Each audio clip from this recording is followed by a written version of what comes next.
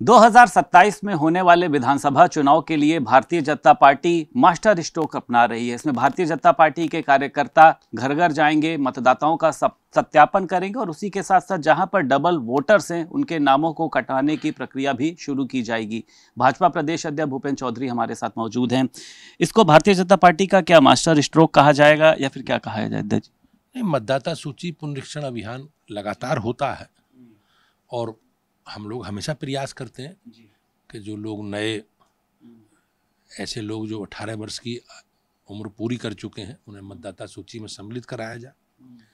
जो लोग अब मूल स्थानों से पलायन कर गए, हट गए, ऐसे लोगों का मतदाता सूची से नाम हटाया जाए। इस प्रकार का प्रयास पार्टी हमेशा करती है और मतदाता सूची का जो पुनरीक्षण अभियान होता है उसमें हमारी पार्टी का हमेशा सक्रिय सहयोग रहता ही है और हम लोग सजग हैं और निश्चित रूप से जो मतदाता सूची में गलत वोटर हैं वो कटे, इसका प्रयास हम लोग लगातार करते रहे और आगे भी करेंगे और नए लोगों को मतदाता सूची में वोट बनने का अवसर मिले, इसका प्रयास पार्टी की तरफ। घर घर चलाने बीजेपी के कार्यकर्ता जाएंगे, कब से आप इस अभियान को? निश्चित रूप से लगातार जैसे भी प्रारंभ होगा हम लोग ऐसे आगे बढ़ाएंगे। ठीक अध्यक्ष जी, ये जो एक संघ सरकार और संगठन के बीच बैठक चल रही है, 3 दिवसीय बैठक है, लेकिन कहा जा रहा है शिक्षा को लेकर बहुत बड़ा मंथन हुआ, 11 एमएलसी सीट चुनाव के लिए, पंचायत चुनाव के लिए। आप भी कल उस बैठक में मौजूद रहे? नहीं, संघ की समन्वय बैठकें लगातार होती हैं और जो भी समान विचारधारा के आधार पर अन्य क्षेत्रों में काम करने वाले संगठन हैं उनमें आपस में वैचारिक रूप से समन्वय बना रहे, एक दिशा में सब लोग मिलकर काम करें, इस प्रकार का प्रयास इन बैठकों का रहता है। पॉलिटिकल विषय, राजनीतिक विषय, चुनावी विषय कभी भी इस प्रकार की बैठकों का एजेंडा नहीं होते। ठीक है, नया वक्फ कानून जो है वो बरकरार रहेगा, हालांकि सुप्रीम कोर्ट ने कुछ 2-3 धाराओं पर रोक लगाई है, तो किस तरीके से देखते हैं? आपको लगता है कि जो गरीब मुस्लिमों का जो हक छीना जाता था, खूब मुस्लिम इस बात को कहते हैं, उनको उनका अधिकार जो है वो इस कानून से मिलेगा?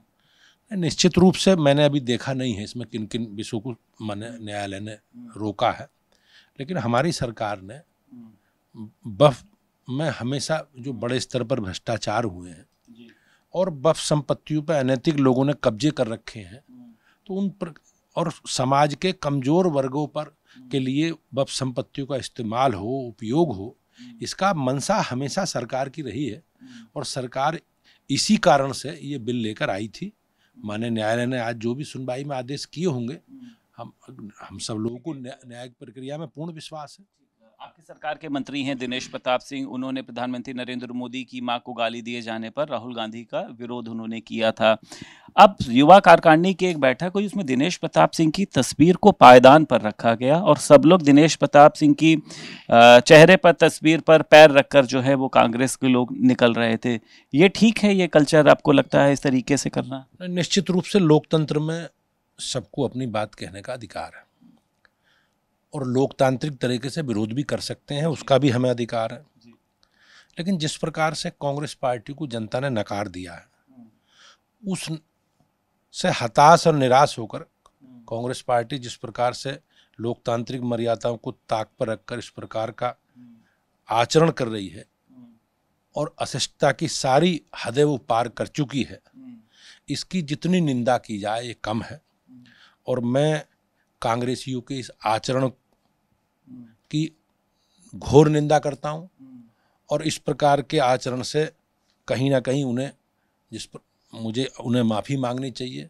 लेकिन कांग्रेस का जो इतिहास है, कांग्रेस का जो आचरण है, उसमें अभी उन्होंने माननीय प्रधानमंत्री जी की माता जी को जिस प्रकार से गाली दी, जिस प्रकार का अमर्यादित आचरण उन्होंने दिनेश प्रताप सिंह जी के साथ किया, ये कहीं ना कहीं एक गालीबाज पार्टी और मर्यादा का उल्लंघन करने वाली पार्टी बन चुकी है और पूरा प्रदेश इनके आचरण को जानता है। ये राहुल गांधी ये जो हाइड्रोजन बम फोड़ने की बात कर रहे हैं अध्यक्ष जी, कह रहे हैं हाइड्रोजन बम फोड़ेंगे तो सारी बातें क्लियर हो जाएगी। ये पहले आपने देखा था इन्होंने एक एटम बम फोड़ा था कि चुनाव आयोग ने बेईमानी करवाई, उस पर भी आपने देखा था कोर्ट ने जवाब दिया था।